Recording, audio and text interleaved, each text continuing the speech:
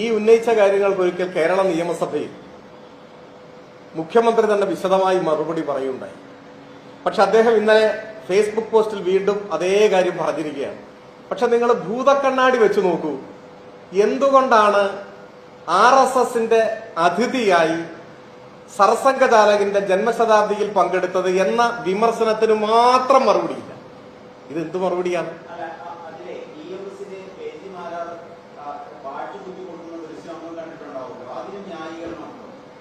അതാണോ ഇതിന്റെ മറുപടി? അല്ല, ഞാൻ ഇതിന്റെ മറുപടി പറയായിരുന്നു. ഇദ്ദേഹം ചോദിച്ച ചോദ്യത്തിന് ഞാൻ മറുപടി പറയായിരുന്നു. അപ്പോ മറ്റേ സഹിക്കോ വയ്യാതെ നിങ്ങൾ എടുത്തു ചാടിയിട്ട് ചോദിക്കുകയാണ് ഈ ഇത് കുത്തിക്കൊടുത്തത് എന്ന് മറുപടി ഇല്ലേ ചോദിക്കാണ്. ഞാൻ നിങ്ങൾ ഏത് ചോദ്യം ചോദിച്ചാലും മറുപടി പറയും. നമ്മൾ തമ്മിൽ അങ്ങനെ ഒരു തർക്കത്തിന്റെ പ്രശ്നമേ വേണ്ട. എനിക്കാണെങ്കിൽ ഇന്നൊരു അല്പസമയമുണ്ട്. നിങ്ങളുടെ ചോദ്യത്തിന് എന്തായാലും മറുപടി പറഞ്ഞിട്ട് നമുക്ക് പോകാം. അപ്പൊ ഇദ്ദേഹം ചോദിച്ച ചോദ്യത്തിന് ഞാൻ മറുപടി പറഞ്ഞു വരികയായിരുന്നു. ഞാൻ പറഞ്ഞത് ഇതിന് വിശദമായ ഒരു മറുപടി നിയമസഭയിൽ മുമ്പ് പറഞ്ഞിരുന്നു. എന്നിട്ടും അത് ആവർത്തിക്കുകയാണ്. പക്ഷെ ആ ആവർത്തിക്കുമ്പോൾ അദ്ദേഹത്തിന് എന്തും പറയാം. അദ്ദേഹത്തിനെതിരായി ഉയർന്ന വിമർശനത്തിന് ഒരു വരിയില്ല, ഒരക്ഷരമില്ല, മറുപടിയില്ല. അപ്പൊ അതിന് മറുപടി ഇല്ല എന്നാണോ മനസ്സിലാക്കേണ്ടത്? അത് ഒരു ചോദ്യമായി നിൽക്കുന്നു. ഇനി അദ്ദേഹത്തിന്റെ പോസ്റ്റിൽ പറഞ്ഞ കാര്യങ്ങൾ, പലതവണ മറുപടി പറഞ്ഞ കാര്യങ്ങൾ, എന്നിട്ടും നിങ്ങളിൽ ചിലർക്കൊക്കെ ഇപ്പോഴും അത് മറുപടി ആവശ്യമുണ്ട് എന്ന് തോന്നിയത് കൊണ്ട് ഞാൻ പറയാം. പച്ച കള്ളമാണ് അദ്ദേഹം ആ പോസ്റ്റിൽ എഴുതിയിട്ടുള്ള കാര്യങ്ങളെല്ലാം. 77-ലെ തെരഞ്ഞെടുപ്പിനെ കുറിച്ചാണ് പറയുന്നത്. 77-ലെ രാഷ്ട്രീയ സാഹചര്യം എന്താണ്, അന്നത്തെ സഖ്യം എങ്ങനെയായിരുന്നു, ധാരണ എങ്ങനെയായിരുന്നു, ചരിത്രബോധത്തിന്റെ കണികയുള്ള ഏതൊരാൾക്കും അറിയാം.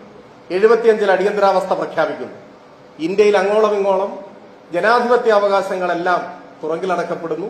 3 ലക്ഷം ആളുകൾ അന്ന് ഇന്ത്യയിൽ ജയിലിലടക്കപ്പെട്ടു എന്നാണ് കണക്ക്. നിരവധി ആളുകൾ കൊല്ലപ്പെട്ടു. ഒരുപാട് വിശദാംശങ്ങളുണ്ട്. ഇന്നത്തെ ഒരു വാർത്താ സമ്മേളനത്തിൽ ഇപ്പൊ നമുക്ക് അതിന്റെ എല്ലാ വിശദാംശങ്ങളിലേക്കും പോകണ്ട. അത്തരമൊരു ഘട്ടത്തിൽ ഈ രാജ്യമെമ്പാടുമുള്ള മനുഷ്യാവകാശ പ്രവർത്തകരും രാഷ്ട്രീയ പ്രവർത്തകരും എല്ലാം തുറങ്കിലടക്കപ്പെട്ട ബുൾഡോസർ രാജിന്റെ ഒരു കാലത്ത്, ഇന്ത്യയിലെ ജയിലുകൾ മനുഷ്യരെ കൊണ്ട് നിറഞ്ഞു കവിഞ്ഞ ഒരു കാലത്ത്, അവസാനം അടിയന്തരാവസ്ഥ പിൻവലിച്ച ഘട്ടമായപ്പോൾ ജയപ്രകാശ് നാരായണന്റെയും മറ്റും ആഹ്വാനപ്രകാരം പ്രതിപക്ഷമെല്ലാം ഒരുമിക്കണം എന്ന ആഹ്വാനം ഉണ്ടായി. ആ ആഹ്വാനത്തിന്റെ ചുവട് പിടിച്ച് അന്ന് ഇന്ത്യയിലെ പ്രധാന പ്രതിപക്ഷ പാർട്ടികൾ എല്ലാം പിരിച്ചുവിട്ട് ജനതാ പാർട്ടി രൂപീകരിച്ചു. ഏതൊക്കെ പാർട്ടി? ഭാരതീയ ലോക്ദൾ, സ്വതന്ത്ര പാർട്ടി, സോഷ്യലിസ്റ്റ് പാർട്ടി, സംഘടനാ കോൺഗ്രസ്, ഇതൊക്കെ അന്ന് പിരിച്ചുവിട്ടു. എന്നിട്ട് രൂപീകരിച്ചതാണ് ജനതാ പാർട്ടി. ആ ജനതാ പാർട്ടിയിൽ ജനസംഘവും പിരിച്ചുവിട്ട് അതിൽ ചേർന്നു. അതാണ് വസ്തുത. ജനസംഘം ഉൾപ്പെടെയുള്ള, സ്വതന്ത്ര പാർട്ടി ഉൾപ്പെടെയുള്ള, സോഷ്യലിസ്റ്റ് പാർട്ടി ഉൾപ്പെടെയുള്ള സംഘടനാ കോൺഗ്രസും ഭാരതീയ ലോക്ദളും എല്ലാം പ്രവർത്തനം അവസാനിപ്പിച്ച് പുതിയ ഒരു പാർട്ടി രൂപീകരിച്ചു. ആ പാർട്ടിയാണ് ജനതാ പാർട്ടി. ഭാരതീയ ലോക്ദളിന്റെ ചിഹ്നമാണ് കലപ്പയന്തിയ കർഷകനാണെന്ന് തെരഞ്ഞെടുപ്പിൽ മത്സരിക്കാൻ ഉപയോഗിച്ചത്. എന്നാൽ CPIM ആ പാർട്ടിയിൽ ചേരാനോ പിരിച്ചുവിടാനോ പോയില്ല. പക്ഷേ ജനതാ പാർട്ടിയുമായി സഹകരിച്ചു. അതൊരു യാഥാർത്ഥ്യമാണ്. അന്ന് ജനസംഘമില്ല, ജനതാ പാർട്ടിയുമായി സഹകരിച്ചിട്ടുണ്ട് ആ തെരഞ്ഞെടുപ്പിൽ. അത് 77-ലെ തെരഞ്ഞെടുപ്പാണ്. എന്നാൽ 77-ൽ ജനതാ പാർട്ടി എന്ന് പറയുന്നത് മതനിരപേക്ഷ സ്വഭാവത്തോടുകൂടി നിലനിന്നൊരു പാർട്ടിയാണ്. അധികം കഴിയുന്നതിന് മുൻപ് അതിലുള്ള ചില ആളുകൾ RSSുമായി ബന്ധം പുലർത്തുന്നു, അല്ലെങ്കിൽ RSSുകാരാണ് എന്ന നിലയിലുള്ള ചർച്ചകൾ ഉയർന്നു വന്നു. അതൊരു വസ്തുതയാണ്. 79-ൽ കേരളത്തിൽ നിയമസഭാ ഉപതെരഞ്ഞെടുപ്പ് നടക്കുന്നു. 4 മണ്ഡലം: കാസർഗോഡ്, തലശ്ശേരി, തിരുവല്ല, പാറശാല. ആ ഘട്ടത്തിലാണ് ഈ ചർച്ച സജീവമാകുന്നത്.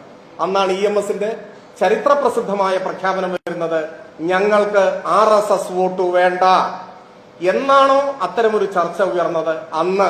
അപ്പോഴേക്ക് അടിയന്തരാവസ്ഥ കാലത്ത് രൂപീകരിക്കപ്പെട്ടത് പ്രതിപക്ഷ കക്ഷികളുടെ കൂട്ടായ്മയാണ്. അതിൽ RSSും ഇല്ല, അതിൽ BJP പിൽക്കാലത്താണല്ലോ വരും. BJPയും ഇല്ല, ജനസംഘവും ഇല്ല, ജനതാ പാർട്ടി മാത്രമാണ്. ജനതാ പാർട്ടിയോട് ഞങ്ങൾ സഹകരിച്ചിട്ടുണ്ട്. RSS വോട്ട് ഞങ്ങൾക്ക് ആവശ്യമില്ല എന്ന EMSന്റെ ചരിത്രപ്രസിദ്ധമായ പ്രഖ്യാപനത്തിന് ശേഷം RSSുമായി കടുത്ത ശത്രുത നിലനിന്ന ഘട്ടത്തിൽ ഈ 4 ഉപതെരഞ്ഞെടുപ്പിലും ഞങ്ങൾ വിജയിക്കുകയാണ് ചെയ്തിട്ടുള്ളത്. പിന്നെ 77-ൽ പിണറായി എന്നൊക്കെ പറഞ്ഞു. പിണറായി ആദ്യമായിട്ട് 77-ലാണോ MLA ആവുന്നത്? ആരോടാണ് ഇതൊക്കെ പറയുന്നത്? പിണറായി ആദ്യമായി നിയമസഭയിലേക്ക് അംഗമാവുന്ന 77-ലാണോ? 7 കൊല്ലം മുമ്പ് 70-ലാണ്. ആരോടൊക്കെ മത്സരിച്ച്?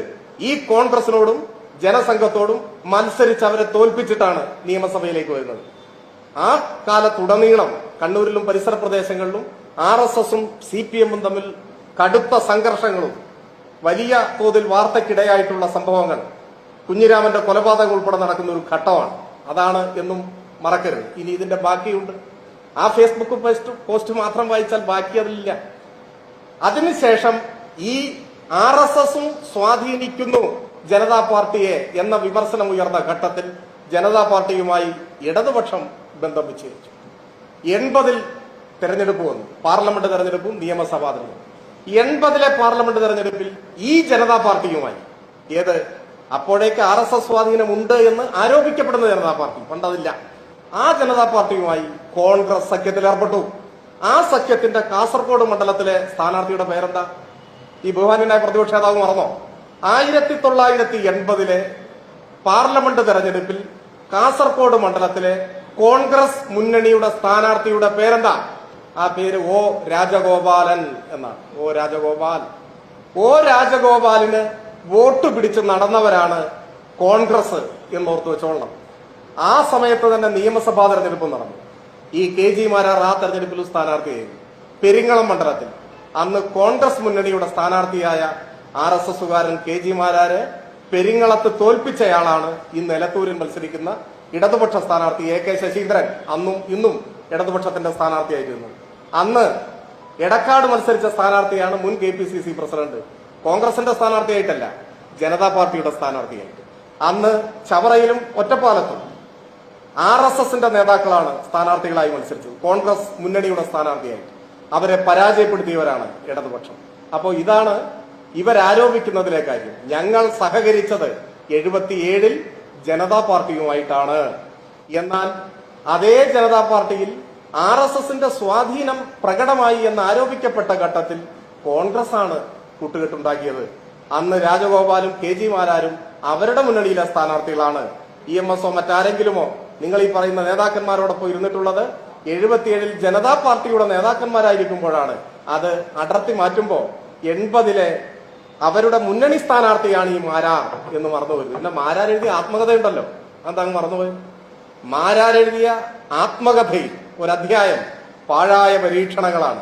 അത് വായിച്ചാൽ എന്തായിരുന്നു കോൺഗ്രസും RSSും തമ്മിലുള്ള അന്തർധാര, രഹസ്യ ബാന്ധവം. ഞാൻ നേരത്തെ പറഞ്ഞതൊക്കെ പരസ്യമാണ്. പരസ്യമായിട്ടുള്ള കാര്യങ്ങൾ ആരോപണമല്ല, അത് വസ്തുതയാണ്. പട്ടാമ്പിയും പാലക്കാടും ബേപ്പൂരും വടകരയും ഒക്കെ പറഞ്ഞത് യാഥാർത്ഥ്യങ്ങളാണ്. എന്നാൽ രഹസ്യധാരണകളുടെ ആഴവും വ്യാപ്തിയും അത് ഈ KG മാരാർ തന്നെ വ്യക്തമാക്കിയിട്ടുണ്ട്. അദ്ദേഹം തന്നെ KG മാരാറിന്റെ ചിത്രമൊക്കെ എടുത്ത സ്ഥിതിക്ക് അദ്ദേഹത്തെ വിശ്വാസമായിരിക്കുമല്ലോ. അപ്പൊ അത് വായിച്ചു കഴിഞ്ഞാൽ ബാക്കി എല്ലാ വിശദാംശങ്ങളും അതിലുണ്ട്. ഇനി അതൊക്കെ പോട്ടെ. ഈ നിയമസഭാ തെരഞ്ഞെടുപ്പിൽ കോൺഗ്രസിന്റെ സംഭാവനയല്ലേ 14 NDA സ്ഥാനാർത്ഥികൾ. ഈ നിയമസഭാ തെരഞ്ഞെടുപ്പിൽ മത്സരിക്കുന്ന BJP മുന്നണിയുടെ 14 സ്ഥാനാർത്ഥികൾ കോൺഗ്രസ് നൽകിയ സംഭാവനയാണ് സമീപ സമയം. ഇനി അതൊക്കെ പോട്ടെ. നമ്മളിപ്പോ സംസാരിക്കുന്ന ഈ എറണാകുളം ജില്ലയിലെ കുന്നത്തനാട് വടവുകോട് പുത്തൻകുരിശ് ഗ്രാമപഞ്ചായത്ത് NDA ഘടകകക്ഷിയായിട്ട് ഇപ്പൊ മാറിയിട്ടുള്ള 2020യുമായി ചേർന്നല്ലേ കോൺഗ്രസ് ഭരിക്കുന്നത്. എന്നിട്ട് ഡീലിനെ കുറിച്ച് പഠിപ്പിക്കാൻ വരിക. ആദ്യം NDA ഘടകകക്ഷിയുടെ പിന്തുണയോടെയുള്ള പഞ്ചായത്ത് ഭരണം അവസാനിപ്പിക്കാൻ പറ പ്രതിപക്ഷ നേതാവിന്. അതിന്റെ തൊട്ടപ്പുറത്ത് മറ്റത്തൂര് നമ്മൾ ഒരുപാട് ചർച്ച ചെയ്തതാണ്. ഇപ്പോഴും കൈപ്പത്തി അടയാളത്തിൽ ജയിച്ച കോൺഗ്രസ് നേതാവല്ലേ മറ്റത്തൂർ ഗ്രാമപഞ്ചായത്തിന്റെ വൈസ് പ്രസിഡന്റ്? താമര അടയാളത്തിൽ ജയിച്ച BJPയുടെ പിന്തുണയോടെ എത്രയിടത്ത്? ഞാൻ എറണാകുളം തൊട്ടടുത്ത് തൃശ്ശൂരും മാത്രമേ പറഞ്ഞിട്ടുള്ളൂ. ഇപ്പോഴും പ്രബലമായി നിൽക്കുന്ന RSS കോൺഗ്രസ് ഡീലിന്റെ സാക്ഷ്യപത്രങ്ങൾ നമ്മുടെ ചുറ്റുമുണ്ട്. അതൊക്കെ ഒന്ന് അവസാനിപ്പിച്ചിട്ട് പുതിയ എന്തെങ്കിലും കഥകൾ പറയുന്നതായിരിക്കും ഉചിതം എന്നാണ് എനിക്ക് തോന്നുന്നത്.